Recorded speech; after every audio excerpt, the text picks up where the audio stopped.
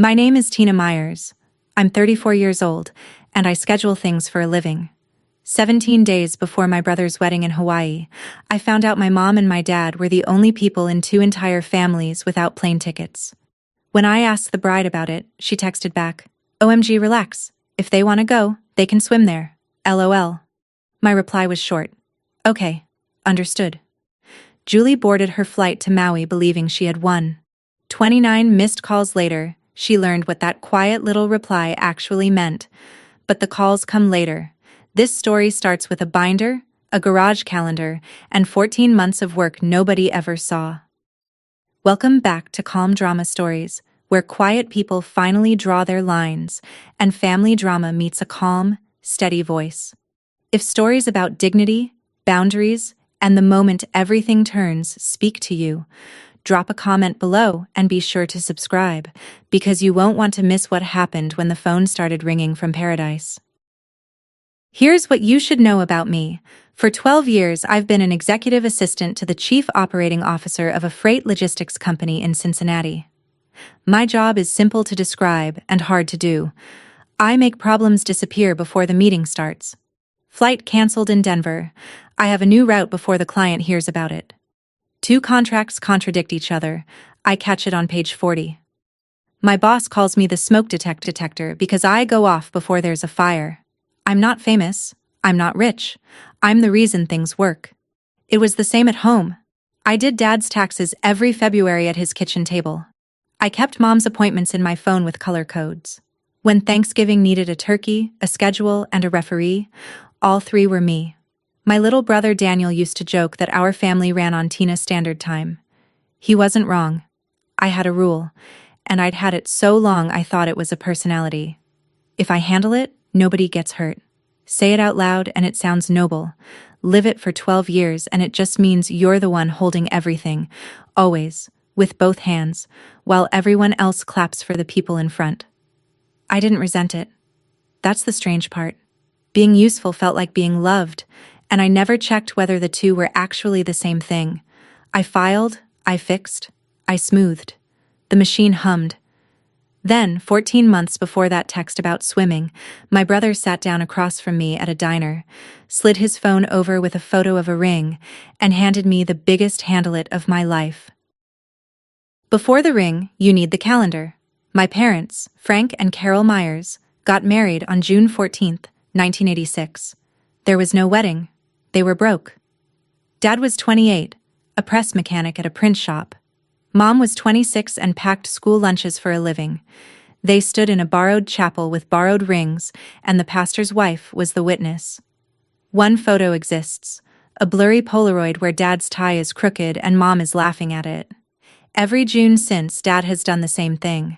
He walks into the garage, takes down the hardware store calendar, and draws a red circle around June 14th.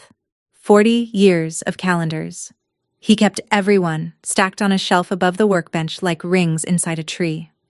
Mom kept her own archive, a shoebox of handmade cards, one for every anniversary, because store-bought ones were 60 cents they didn't have in 1986. That's the marriage I grew up inside. Steady, unphotographed, and solid as the workbench. In March of this year, Dad's heart finally asked for attention. One stent, 3 days in the hospital, and a cardiologist who called him the easiest patient of her week. By May, he was walking the block again, cleared to travel if we planned it right. He only had one wish on the other side of that scare, and he said it with his glasses off, which is how you know he means something. He wanted to see Daniel married. Then the wedding date went out on thick cream paper. Saturday, June 13th. Maui. The day before my parents' 40th anniversary. Julie knew what that weekend was. I had told her myself, back when I assumed dates meant something to her. She'd smiled and said, "A date is just a date, Tina." Daniel is 31, a sales engineer, the kind of guy who explains conveyor systems with his hands and means every word. He met Julie Kingsley 2 years ago at a charity gala held at one of her family's venues, when the sound system died and he fixed it with a paperclip and pure nerve. Julie was 29, gorgeous in a way that photographs even better than it looks, and she ran marketing for Kingsley House. If you don't know Kingsley House, you've seen it anyway. 3 event venues around Ohio, all white stone and glass, all over the wedding magazines. Her mother, Sandra, built the company and ran it like a cathedral where the religion was appearances. Nothing in their world was owned casually. Everything was staged, lit, and captioned. Dinner at their flagship felt like being an extra in someone else's commercial. I noticed early that Julie never just entered a room, she arrived at it, the way a product launches. Daniel didn't see any of that. He saw a woman who laughed at his jokes and cried at his toast to our parents. And honestly, that version of Julie may have existed. Within a year, he'd left his job to become operations director at Kingsley House, which sounded like a promotion and functioned like a leash. His paycheck, his fiancée, and his future all came from the same address now. At the engagement party, Sandra found me by the bar. She was elegant, precise, and about as warm as a contract. She shook my hand, looked me over like a quote from a vendor, and said the sentence I should have paid more attention to. "So you're the sister who's good with logistics. We'll make use of that." We'll make use of that. They did. It started small, the way these things do. "Tina, you're so organized. Could you track the vendor deposits?" "Tina, you're family now. Would you build the weekend timeline?" Family, I learned, is the word people use when they mean free. Within 2 months, I was the unofficial, unpaid coordinator of a destination wedding for 180 guests, run through a company that plans weddings for a living. Read that again. They had staff. They used me. I built a binder, because I'm me. 3 rings, color tabs, every vendor contract, every contact. A phone tree for emergencies, a timeline broken into 15-minute blocks. The florist, Bree Calloway, had worked corporate events with me for 10 years, and when she saw it, she whistled and said Kingsley House would charge $4,000 for that binder. I did it for a diner coffee and a thank you that never came. And here's the part I want to be honest about, because it matters later. I knew. I knew I was being used. I'm not a woman who misses a pattern. I find patterns for a living. But Daniel would squeeze my shoulder and say, "This wedding only feels possible because of you." And Mom would ask what song they'd play for the mother-son dance. And Dad started doing his physical therapy twice a day, so he'd walk strong in Maui. So I stayed on the job. You can see a trap clearly and still stand in it, if the people you love are standing there too. The binder got heavier every week. I told myself the weight was love. Some lies weigh 3 pounds and have color-coded tabs. The first cut was a photograph. In October, Kingsley House hosted an engagement shoot at the flagship venue, Golden Hour, a photographer whose name Julie said like a password. My parents were invited, and Mom wore her good blue dress and brought lemon bars nobody ate. The photos were beautiful. I know because I saw the gallery before the website did. There was one shot I loved, the whole group on the terrace steps, Dad's hand on Daniel's shoulder, Mom mid-laugh. When the spread went up on the Kingsley House site the next week, that photo was there, and my parents were not. Cropped. The frame now started at Daniel's shoulder and ended at Julie's mother. I called Julie, polite as a receptionist, and asked if there was a fuller version they could post. She didn't even pause. "It's about composition, Tina. Some people belong in the picture. Some people are the background." She said it lightly, the way you'd explain a font choice. I remember standing at my kitchen counter, phone warm against my ear, understanding that I'd just heard something true about her whole world, and then deciding, carefully, not to understand it. Instead, I handled it. I got the original file from the photographer, printed it 16 by 20, framed it, and hung it in Mom's hallway. Mom cried and called me thoughtful. She never knew about the website because I made sure she didn't. I told myself I was protecting her. Looking back, I was protecting the arrangement. I fixed it quietly, and everyone stayed comfortable, including the person who'd done the cutting. That was my first mistake dressed up as kindness. It would not be the last, and the next one had a price tag with 2 seats on it. In January, the Kingsleys made an announcement, and I'll admit it, I was relieved. Kingsley House would arrange all travel for immediate family on both sides. Flights, rooms at the estate, island transfers, the works. It made sense. The venue was a private estate on Maui's north shore called Seaglass Point, the kind of place with no public booking page and a gate you don't see until you're through it. Guests came in on a manifest, moved on chartered shuttles, slept in a room block Kingsley House controlled. You didn't attend that wedding? You were processed into it. For my parents, this was the good news of the year. Mom found a dress on a spring sale rack, $89, ocean blue, and hung it on her closet door like a promise. She practiced walking in new sandals around the living room while Dad timed her, laughing.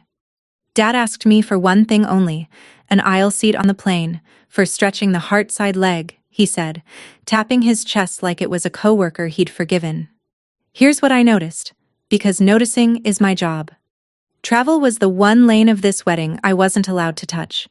Every spreadsheet, every vendor, every timeline crossed my desk eventually, except that one. Twice I asked the Kingsley House travel desk for my parents' confirmation numbers, just to log them in the binder. Twice I got the same smooth answer. The travel desk has it handled, Tina. I wrote a note to myself in the binder margin, actual ink, actual words. Get F and C confirmations by May 1. I want that on the record. I saw the flag. I pulled the thread. Every list I was allowed to see was perfect. The one list I couldn't see was the flight manifest. By spring I understood what this wedding actually was, and I understood it the way staff always do, from the loading dock side. Bree called me in April about the flowers. Tina, she said, they rejected peonies because they read too soft on camera. Who talks like that? The answer arrived a week later, when the guest list crossed my desk for seating, and I saw a cluster of names with no relation to anybody. I looked them up, because of course I did. Commercial lenders, a managing partner from a private investment group in Columbus, 2 men from a bank that specializes in hospitality debt. Bree heard it plainest from a Kingsley House event manager after 2 glasses of wine at an industry mixer. The company was leveraged to the roofline, all 3 venues, and a refinancing deal was in quiet trouble. The Maui wedding was the show. One flawless weekend, one flawless family, the brand alive and glowing in front of the money. The flowers were chosen for the camera. The band was chosen for the camera. I watched Sandra review the seating chart one afternoon, the way my boss reviews a balance sheet, moving names between tables with 2 fingers, murmuring about optics. Nobody said the word desperate. In that world, you never say the quiet part, you cater it. I didn't judge them for the debt. Honestly, businesses borrow. But I felt something cold settle in when I understood the logic underneath. Because in a wedding that is really a pitch deck, everything gets sorted into what sells the story and what doesn't. Flowers, songs, people. A wedding that is really a pitch deck needs everything on brand. I just hadn't learned yet what happens to the people who aren't. 17 days before the wedding, the final itinerary went out to both families, a glossy PDF with palm trees on the header. I read it the way I read everything, line by line, and my stomach went quiet before my brain caught up. Every traveler had a confirmation code next to their name. My aunt had one. Julie's college roommate had one. Sandra's hairstylist, and I promise I am not inventing that, had one. Frank Myers, nothing. Carol Myers, nothing. No flight codes, no room assignment, no shuttle group. Their names simply weren't in the travel section at all, as if the document had never heard of them. I didn't panic, I processed. Step 1, I called the Kingsley House travel desk. Friendly, assume the best, clerical stuff happens. A pleasant voice said she'd look into it. Step 2, next morning, I called again and got the word processing, delivered like a door closing softly. Step 3, I sent a short professional email, the kind I've written 1,000 times, requesting booking confirmations for Frank and Carol Myers at their earliest convenience. Then I did my own checking, because trust is nice and verification is nicer. The room block at Seaglass Point had closed 3 weeks earlier. Closed, finalized, released. 3 days of silence went by, and if you think 3 days isn't long, try 3 days of watching your mother iron an ocean blue dress that may have nowhere to go. On the 4th morning, the travel desk replied, and the whole email was one line, and one line was all it needed. Per the family, that portion of the list was finalized. Per the family. I sat in my parked car outside my office and read those words until they stopped pretending to be a mistake. There was a group chat for the wedding party. Mostly logistics. Mostly me answering questions other people were thanked for. That night I used it, deliberately, where things get read. I kept it clean and factual, like a work escalation. Quick flag, I wrote. Mom and Dad Myers have no flights or room on the final itinerary, and the travel desk says the list is finalized. Can you help me fix this today? The typing dots appeared and disappeared twice. Then Julie's answer landed, and I'm going to give it to you exactly as it sat on my screen, because I've read it enough times to have it memorized for life. OMG, relax. If they want to go, they can swim there. LOL. Then a little wave emoji. Blue and cheerful, riding along at the end like a signature. Her maid of honor tapped a laughing reaction onto it. Somewhere across town, my mother was probably asleep with sandal blisters from practicing, and here was a cartoon wave laughing at her.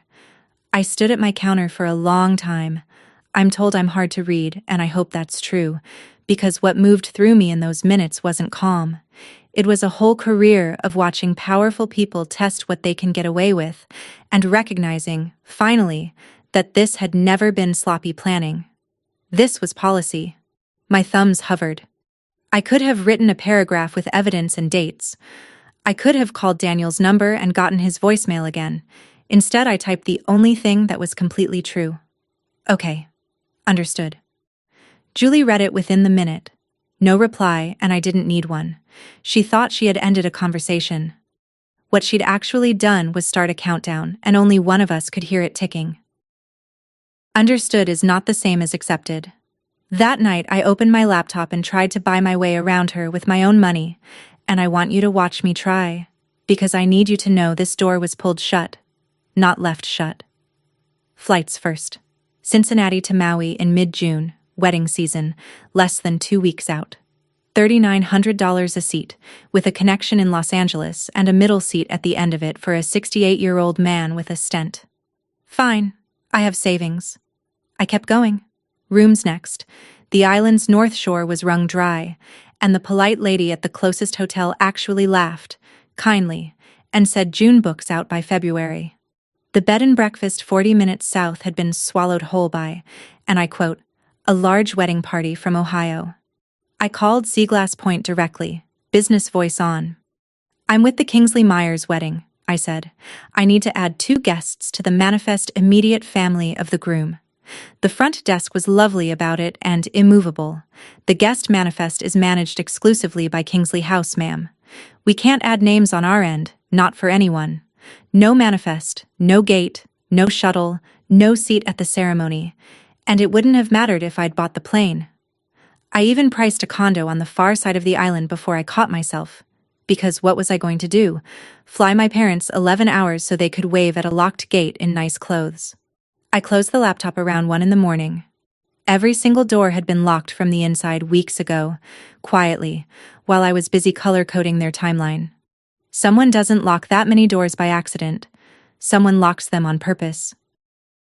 You're wondering about Daniel, and you should be. Where was my brother while his parents were being erased from his own wedding? 10 days before the wedding week, Julie had booked the 2 of them into a couples retreat in the California mountains, a pre-wedding intention setting program. Her words, with a strict digital detox. Phones surrendered at the front desk like car keys. At the time, it had sounded like harmless wellness theater. Now it looked like scheduling, and I know scheduling when I see it. The retreat had an emergency line, and I used it. I said the words, family emergency without shame, because it was one. What came back, hours later, was a message relayed through a staff member with the tone of a receipt. Daniel says he understands, and he's at peace with his parents' decision not to fly, given his dad's health, and he doesn't want anyone pressuring Dad about it. I stood in my kitchen and read that message maybe 10 times, and the room got very quiet, because there it was. His parents' decision not to fly. Somebody had gotten to my brother early, months ago probably, and told him a story. In his story, Mom and Dad had gracefully bowed out, worried about the stent, and the kind thing was not to push. That's why he'd never brought it up, never questioned the itinerary he barely saw. There was no cruelty anywhere in my brother. There didn't need to be. My brother wasn't cruel. My brother was managed, and I recognized the technique the way a locksmith recognizes a pick. Curate what a person sees, and you never have to argue with what they think. I'd spent 12 years doing it to calendars. Julie had spent 14 months doing it to him. 2 days after the swim text, Bree called me from her shop, voice low under the cooler hum. "Tina," she said, "I'm forwarding you something," and then I never sent it. It was an email thread between a Maui transport vendor and the Kingsley House travel desk, the kind of vendor-side chatter florists get copied on by accident and coordinators read out of habit. Attached was the shuttle roster, built from the final flight manifest, locked 5 weeks ago. 5 weeks? Back when Mom was still practicing in her sandals. I scrolled the passenger list with my coffee going cold. Aunt Patty, the hairstylist, the lenders and their wives, and then, near the bottom, 2 entries with a strike-through drawn clean through them like a fence rail. Myers, F. Myers, C. Next to the strike. A note in the comment field, brisk and administrative. Trimmed, per JK trimmed. The word you use for a budget line, a hedge, a photo. I sat with that email a long time, and I want to be clear about what I did not do with it. I did not forward it to Daniel, or to my parents, or to a single soul. I never showed it to anyone, and I never will. There was no courtroom coming, no jury to convince. It was just the truth, sitting quietly in my inbox, confirming what the wave emoji had already told me. What it changed was the story I'd been telling myself. Every quiet fix I'd ever performed rolled back through me, the cropped photograph, the swallowed slights, the smoothing, the handling, and I finally saw my own fingerprints on the machinery that had trimmed my parents. You can't unknow a thing like that. The only question left was what I owed, and to whom. What I owed, it turned out, fit in a 3-ring binder. I took a personal day. I printed a fresh cover page, updated the index one last time, and confirmed every vendor contact was current, because I don't do sloppy exits. On top, I clipped a 1-page letter, the most professional document I have ever written. It thanked the couple for the opportunity, resigned my role as wedding coordinator effective immediately, and noted that all materials, contacts, and timelines were enclosed and organized for a seamless transition. No accusations, no mention of tickets, or oceans, or swimming. Then I drove the 25 minutes to Daniel and Julie's townhouse, where Julie was between workouts, blender in hand, in the kind of matching set that costs more than my mother's dress. She looked at the binder, then at me, with genuine confusion, because in her world free labor doesn't have legs. "You're being dramatic," she said, half laughing, waving the smoothie at the whole situation. "It's just tickets, Tina. This is what boundaries do to families." I set the binder on her stone countertop, squared its edges out of pure habit, and kept my voice at room temperature. "It's all there, tabbed and indexed. Congratulations on the wedding." And I walked. Here's the thing I keep returning to. She let me. No apology, no wait, no counteroffer, just a shrug I could feel through the door, because people who think your background never expect the background to move. She believed the machine ran on its own. She had never once looked behind the wall. I sat in my car in her driveway for 1 minute, hands on the wheel, and felt something I can only describe as terrifying lightness, like setting down a suitcase you forgot you were carrying. If you've ever been the one who quietly holds everything together, the schedules, the peace, the family, you know exactly how loud that silence felt. Tell me in the comments what you finally stopped carrying. I read everyone, and make sure you're subscribed. Because what Julie found when she finally opened that binder, and what she did about it, is a story all by itself. The binder stayed on that counter. The countdown kept ticking. That evening, I drove the 15 minutes to my parents' house, and I did the thing I had never once done in 12 years of managing this family. I told them everything, with nothing sanded off. The missing tickets, the closed room block, the gate, the manifest, the word finalized, and the text. Read aloud off my phone, wave emoji and all, in their yellow kitchen with the clock ticking over the stove. If they want to go, they can swim there. My mother didn't say anything for a while. She looked at the ocean blue dress, which was hanging pressed on the pantry door for its trip, and her hands went flat on the table, and she nodded slowly. The way you nod when a doctor confirms what you already felt in your body. My father took his glasses off. He cleaned them on his shirt, set them down, and looked at the backyard instead of at me. "We never had a wedding," he said. "We had a marriage." He let that sit, then turned to me with his jaw set the way it gets when a machine can't be repaired, only respected. "Don't you dare beg anybody to let us into a party." That was it. That was the whole verdict. My mother cried exactly once that night, quietly, over the dish towel. And it wasn't about Maui at all. It was about Daniel, her boy, standing on a beach 2 weeks from now thinking his parents couldn't be bothered to come. I promised her the truth would find him without me forcing it. And I had no idea yet if that was a promise I could keep. On my way out, I stopped in the garage. The calendar hung over the workbench, June open, the 14th waiting for its 40th red circle. I stood there in the smell of oil and sawdust, and I knew what I was going to do with the weekend Julie stole. I had $6,000 in savings earmarked for a someday I'd never scheduled. I spent it in 4 days, and I've never spent money better. A white tent for the backyard, chairs, string lights, rented from a supply company that answers on the second ring. Bree did the flowers at cost, peonies, specifically peonies, soft on camera and everywhere. The kitchen crew from my parents' old church took the food, honey ham and 3 bean salad and rolls, funeral food's happier cousin. A photography student from the university, $150 and a free dinner. And Pastor Reed, 60-something, who had buried half that congregation's parents and married the other half's kids, said yes before I finished the sentence. A vow renewal. Sunday, June 14th, 4 in the afternoon. Frank and Carol Myers, 40 years late for their own wedding. The guest list was the anti-manifest. Aunt Patty, who'd quietly declined Maui when she heard my parents weren't on the list. The neighbors who'd watched my parents' porch light for 30 years. Dad's old crew from the print shop, men with clean fingernails now and the same dirty jokes. Mom's cafeteria ladies, who raised a whole town on Chicken Patty Day. Nothing went online. No announcement, no hashtag, no photos of invitations artfully angled next to coffee.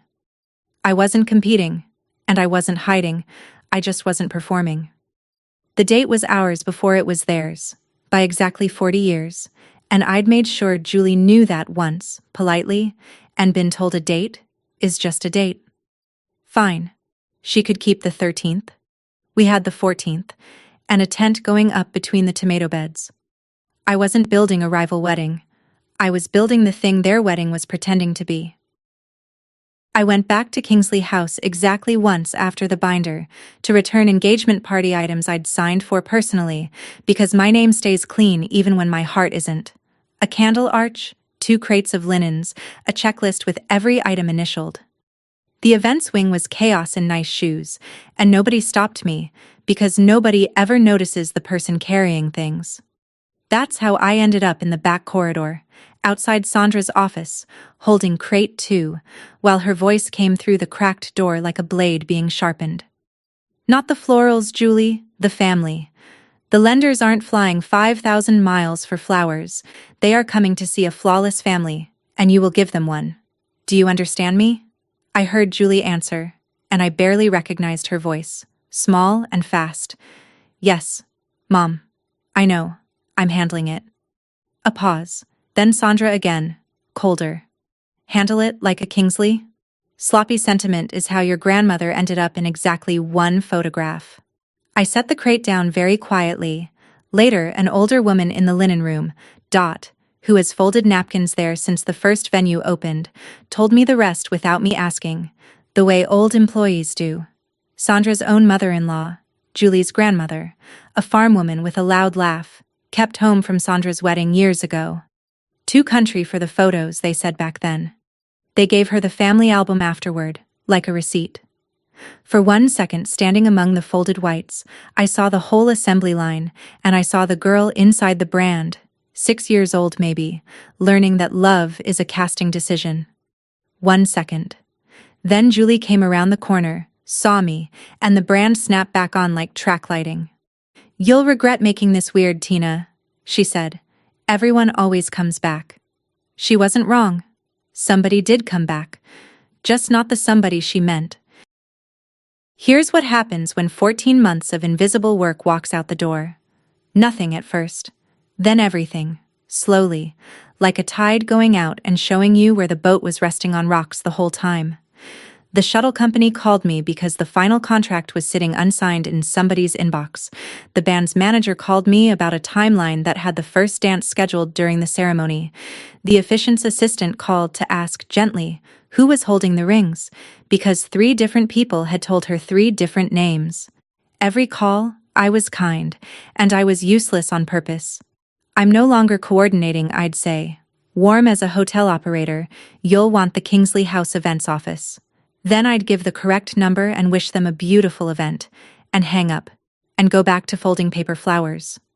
I didn't sabotage anything, and I want that understood. I didn't cancel a single vendor, didn't whisper a single warning, didn't move one chess piece. I just stopped playing for free. And it turns out that's all it takes when your work was the load-bearing wall.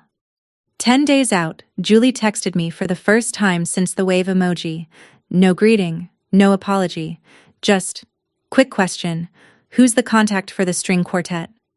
I looked at that message for a while, standing in my kitchen, and I felt the old reflex twitch, the fixer, the smoother, the good sister who handles it. I typed back 1 line, all contacts are in the binder, tab 4. She didn't reply and she didn't ask again, but the calls kept coming from other numbers, more of them every day. 14 months of invisible work doesn't vanish quietly, it leaves a shape. And out there in the middle of the Pacific, the shape was starting to show. The Monday of wedding week, the whole production flew west. I knew because the group chat, which nobody had removed me from, filled with boarding passes and champagne flutes, and someone's toes against a window shot of clouds. Julie posted a sunset from the Seaglass Point cliff that evening, all coral and gold, with a caption I choose to believe was aimed at no one and landed on us anyway. Paradise doesn't do standby. Her followers ate it up. I put the phone down and went back to what my hands were doing, which was folding paper flowers at my parents' dining table, because Mom had decided real peonies needed paper cousins on every table, and when Carol Myers decides, you fold. We made about 200 of them over those evenings, Mom creasing, me twisting stems, an assembly line with a radio playing songs from 1986. Out in the yard, Dad repainted the garden bench that had been peeling since 2 presidents ago because your mother will sit there, and it should be nice. He tested the string lights 3 separate times, on a stepladder I pretended not to worry about, a 68-year-old man with a stent and a level, refusing help up. The tent company came Thursday and put up the white canvas between the tomato beds, and when the evening light came through it, the whole backyard glowed like the inside of a shell.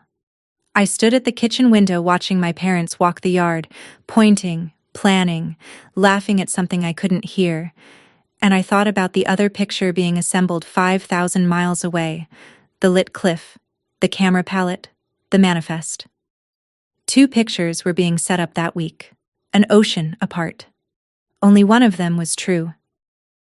Wednesday before the wedding, an email arrived addressed to me and my parents together, from an account signed The Kingsley Family, which tells you a committee wrote it.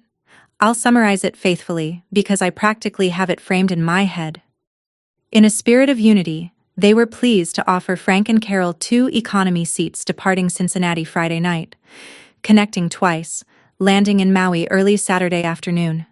The ceremony, per the printed schedule, was at 11 in the morning. Read that again, the way I did. They would land after their son was already married. The offer continued. The couple would be welcomed at the reception, where seating had been arranged in the garden overflow area, and the family kindly asked that the printed program remain as printed, which, translated from Kingsley, meant no father-son dance, no toast, no microphone anywhere near a Myers. Accommodations, the email finished, could be discussed upon arrival, which meant there were none. I read it twice and understood exactly what I was holding, because I've written its corporate cousins myself. This wasn't an invitation, and it wasn't peace. Somebody with a camera and a guest list full of lenders had noticed 2 empty chairs where the groom's parents should be, and those chairs were suddenly bad optics. They didn't want my parents at the wedding. They wanted them in the album, background figures at a garden table. Proof of family for the money men, flown in like rented greenery after the vows were safely done. A photograph of reconciliation with none of the reconciliation. I printed the email for my parents because they deserved to decide for themselves, drove it over, and put it on the kitchen table without a speech. I didn't even have to answer it. My father did. Dad read the whole email standing up, at the counter. In the reading glasses he pretends are Mom's. He didn't get angry, and somehow that was the loudest part.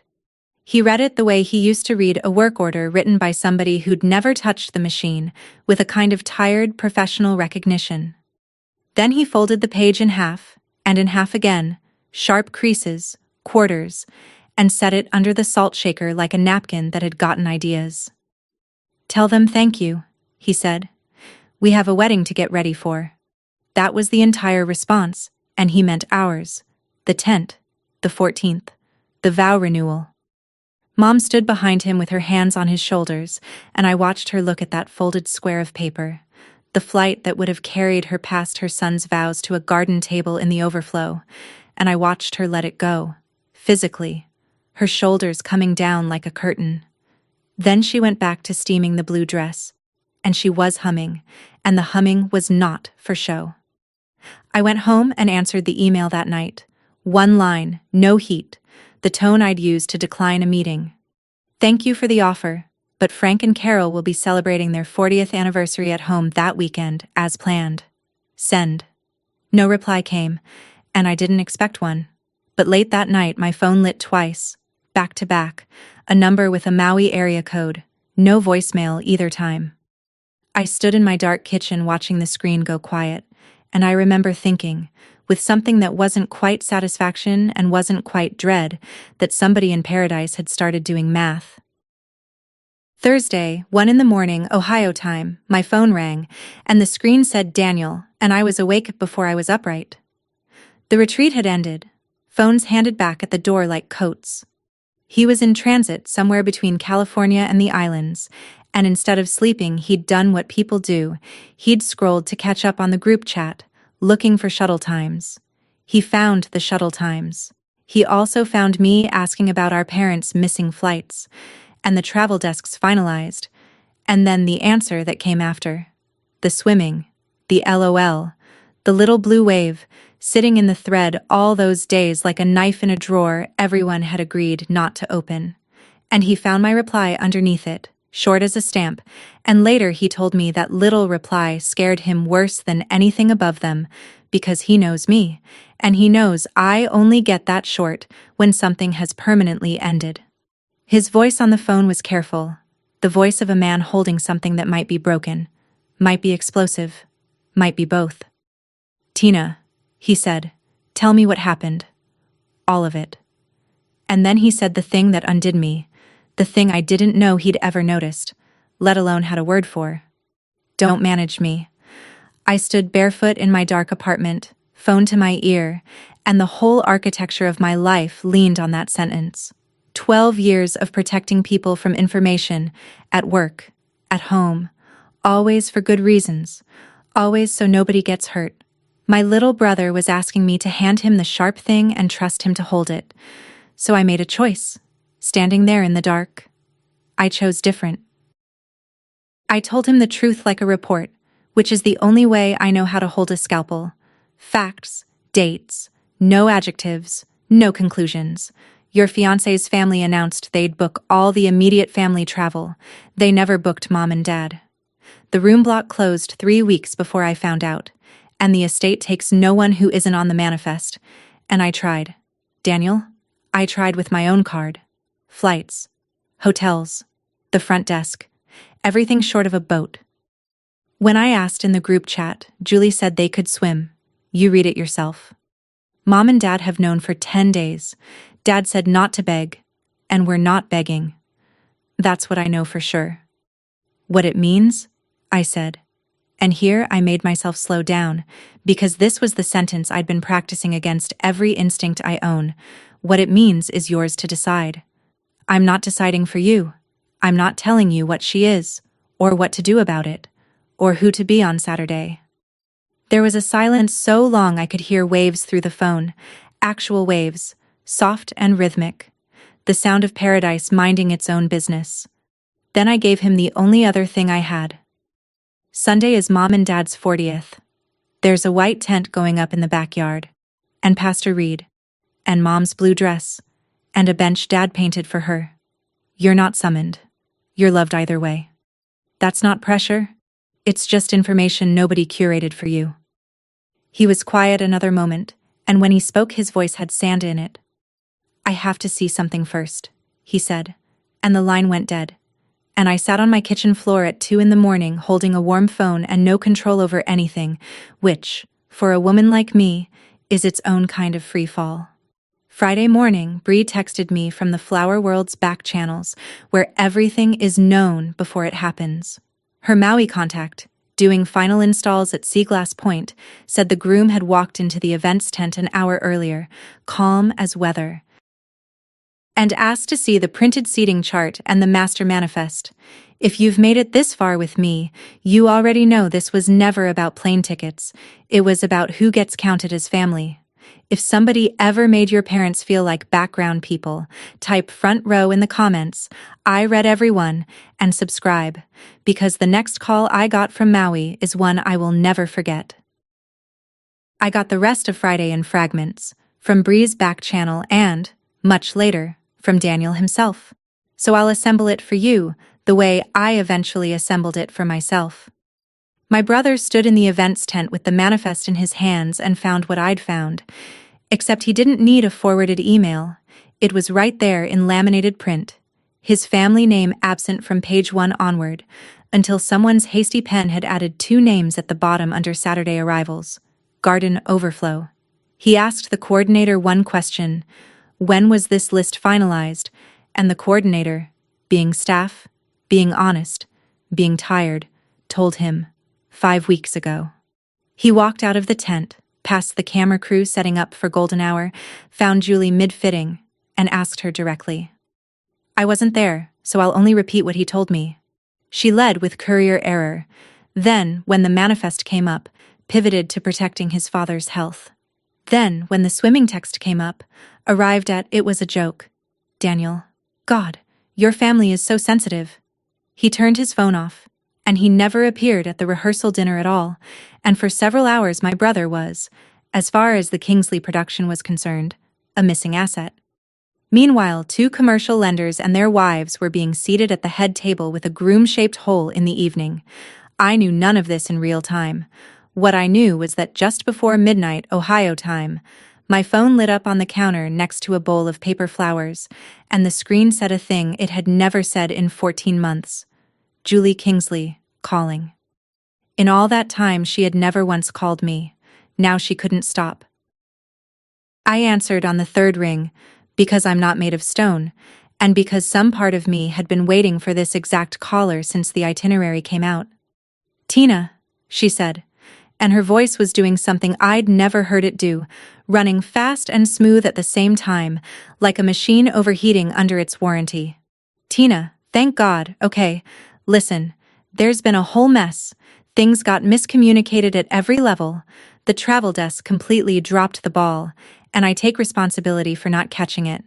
I really do. I noted the shape of that apology, responsibility for not catching it, the way you'd apologize for someone else's weather. Then came the offer, and credit where due, it was spectacular.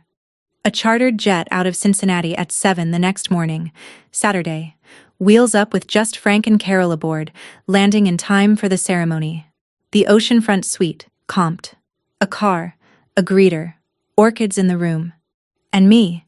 She wanted me on that plane too, running the weekend, my binder, my timelines, my magic, her word. And she said the word paid like it was a rose she was extending stem first. Everything can still be perfect, Tina. Then, so smoothly I almost missed the hinge, the condition. We just need everybody aligned that this was a courier error, okay? That's all. Especially with Daniel, he's spiraling, he won't even talk to me. And he listens to you. Everyone listens to you. Get him calm and back in place, and tell your parents, and maybe mention to a couple of the guests, the older gentlemen especially, that it was all a shipping mix-up with the tickets. She kept talking, but I'd stopped hearing new information, because I was looking at the whole offer laid out on the table like a contract, and it was everything I had wanted since the itinerary came out. My parents at their son's wedding, the family whole, in one frame, one weekend, one yes. All of it. One signature away, and the pen was a lie. 15 minutes across town, in my parents' garage, a calendar hung over a workbench, 40 red circles deep. I want to be honest about how close I came, because if I pretend it was easy, you'll learn nothing from me, and neither will I. I stood there doing the math I'm best at. Logistics. 7 a.m. wheels up, lands by 10 island time, ceremony at 11. It worked. It actually worked. Dad walks Daniel's mother down a torchlit aisle after all, Mom in the blue dress at the front where she belongs. The photographer catches the whole thing, and I could sell the courier story. I've smoothed harder lies for smaller reasons. One yes, and my family gets the picture. That's when I finally heard it. The word I'd been circling for 14 months. The picture. Julie was still talking. Faster now. Sensing the pause, sweetening terms, sweet upgrades. A makeup artist for Mom. And the faster she went, the slower I got.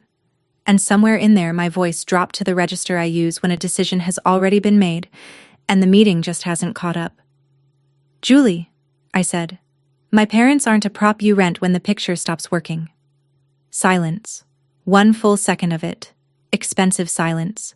Then she came back sharp, brittle, the brand cracking off her voice in flakes. Are you seriously doing this right now? Over tickets? Over a joke? Do you know what's at stake this weekend? Do you know what my mother... And she stopped herself. But not fast enough. And we both heard where that sentence had been going.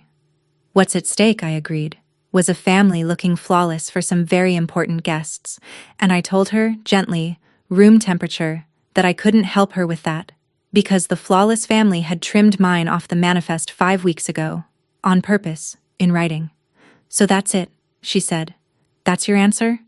And I gave her the answer I'd been carrying since the wave emoji, except it had grown, the way true things do. Okay? No. Understood. You told me who my parents were to you, I said. I finally listened.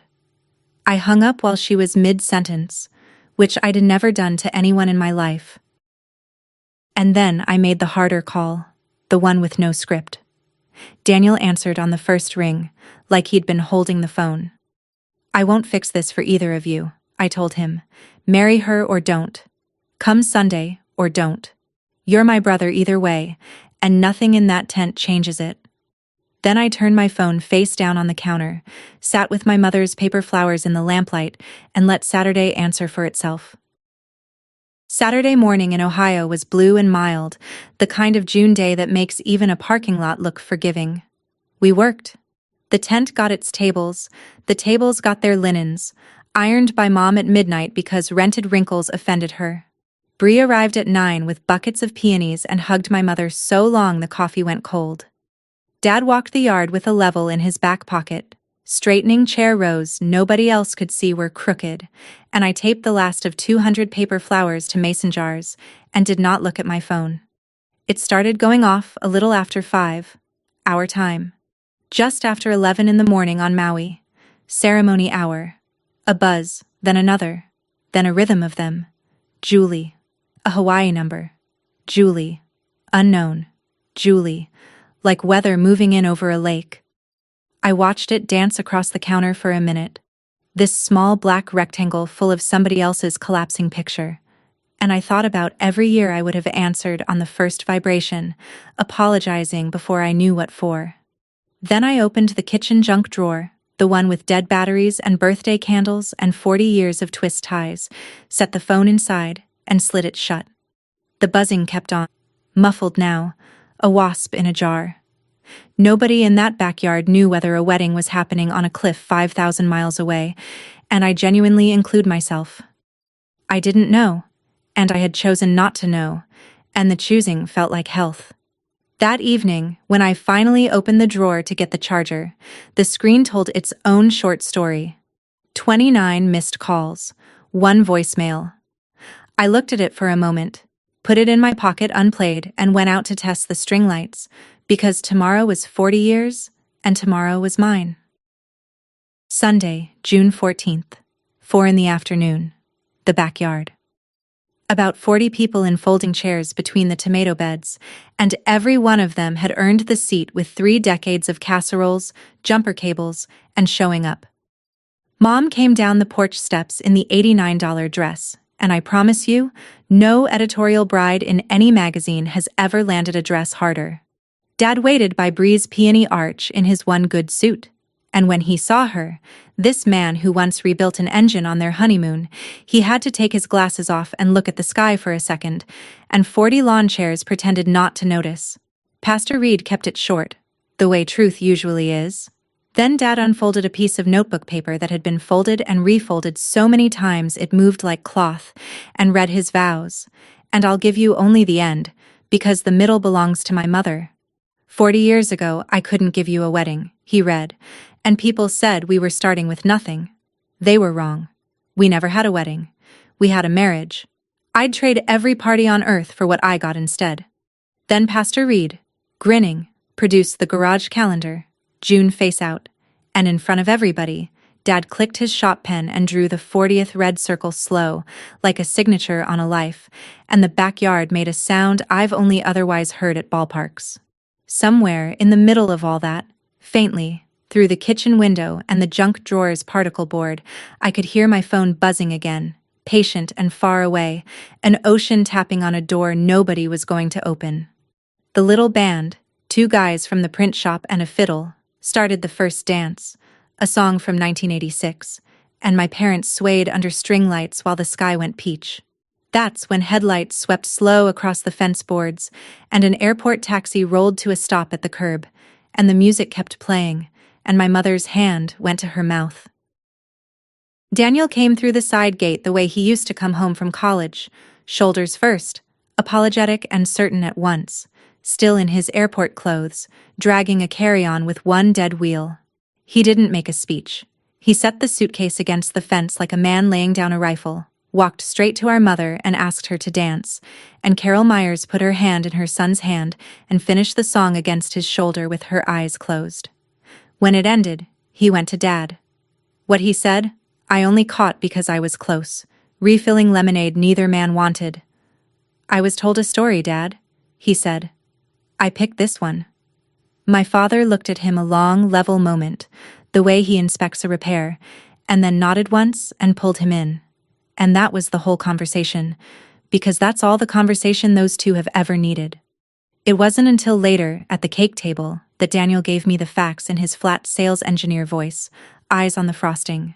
Ceremony called off before it started. Ring returned. And he'd resigned from Kingsley House, standing in their events tent, wearing their logo polo, effective immediately. No shouting, he said. Everyone was very professional, which in that family is what dying sounds like. He didn't gloat, and neither did I.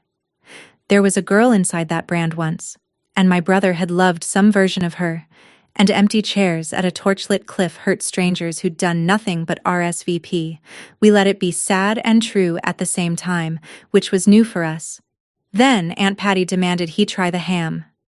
I stood at the edge of the tent with a paper plate I never filled, watching all of them under the lights, and for the first time in 14 months, in maybe 12 years, I wasn't running anything. I was just there. The aftermath reached me the way weddings had, through the trade. Bree heard it from the Maui installers, who heard it from everyone. The lenders flew home Sunday, and within the month, the refinancing quietly died. Kingsley House ate 6 figures in unrecoverable deposits, listed their smallest venue for sale by fall, and cut a third of the event staff, including, Dot told me at the grocery store, the travel desk. Nobody sued anybody.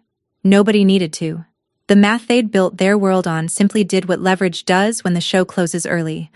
I take no credit and I want none. I never touched a domino. I just stopped holding the table steady. And the world, notice, did not end. 3 weeks after this wedding that wasn't, Julie was posting sunsets again, a new caption about seasons of growth, filtered ocean, forward always. The machine survives by never looking down. As for the voicemail, the single one from those 29 calls, I played it exactly once, on a Tuesday, parked outside the print shop waiting for Dad. Her voice was small, stripped of the brand, just a tired girl on a beautiful cliff. "You were the only thing in that wedding that ever actually worked," she said, and hung up. I sat with that for a minute, because it was the truest sentence she ever gave me, and then I deleted it, and I didn't call back. Some understanding arrives too late to be useful to anyone but you. Daniel took a small apartment across the river with a view of a parking garage, and he calls it recovering with a vista. He interviews on Thursdays, wears his own name on his own shirts now, and comes to Mom and Dad's every Saturday for breakfast, where Dad has him relearning everything the print shop taught him about fixing what's worth fixing, starting with the garden bench's stubborn back leg. Nobody pretends it doesn't hurt him. Some nights he goes quiet in the middle of a laugh, and we let him. But it's clean pain, the kind that's healing straight. No lie inside it like a splinter. Mom says he laughs from lower in his chest now. Dad just says the boy's out of the glare and turns up the radio. In December, I gave notice at the logistics company, and my boss took it like a fire alarm, which I'll admit, felt nice. In February, with the rest of my savings and a small business loan I pitched in a binder, naturally, I opened a coffee shop 6 blocks from my parents' church. It's called The Long Table, and the name is the whole floor plan. One oak table runs down the middle of the room, 14 feet, built by Dad and Daniel over 5 Saturdays of good-natured arguing. There are no booths, no VIP corner, no little tables for 2 by the window where the pretty people go. You come in, you sit at the table, next to whoever's already there. Retired teachers next to line cooks, a judge next to the guy who details her car. On the wall hangs the photography student's best shot, my parents under string lights, mid-dance, Mom's hand flat on Dad's chest, and behind the register, small, where you'd almost miss it, a wooden sign Daniel carved and refused to explain to customers. It says, "Understood. We do a good business. Turns out a lot of people are tired of auditioning for their seat." Last Sunday morning, before church let out, I stood behind my own counter and watched my whole family around the middle of that long table, Dad holding court with a cinnamon roll, Mom refilling strangers' coffee like it was her kitchen, Daniel laughing from low in his chest, and I finally put words to what the whole year had taught me. My father was right all along. A wedding is a picture, but a marriage is a table, and the people who crop you out of their pictures were never going to save you a seat at their table anyway. That's my story.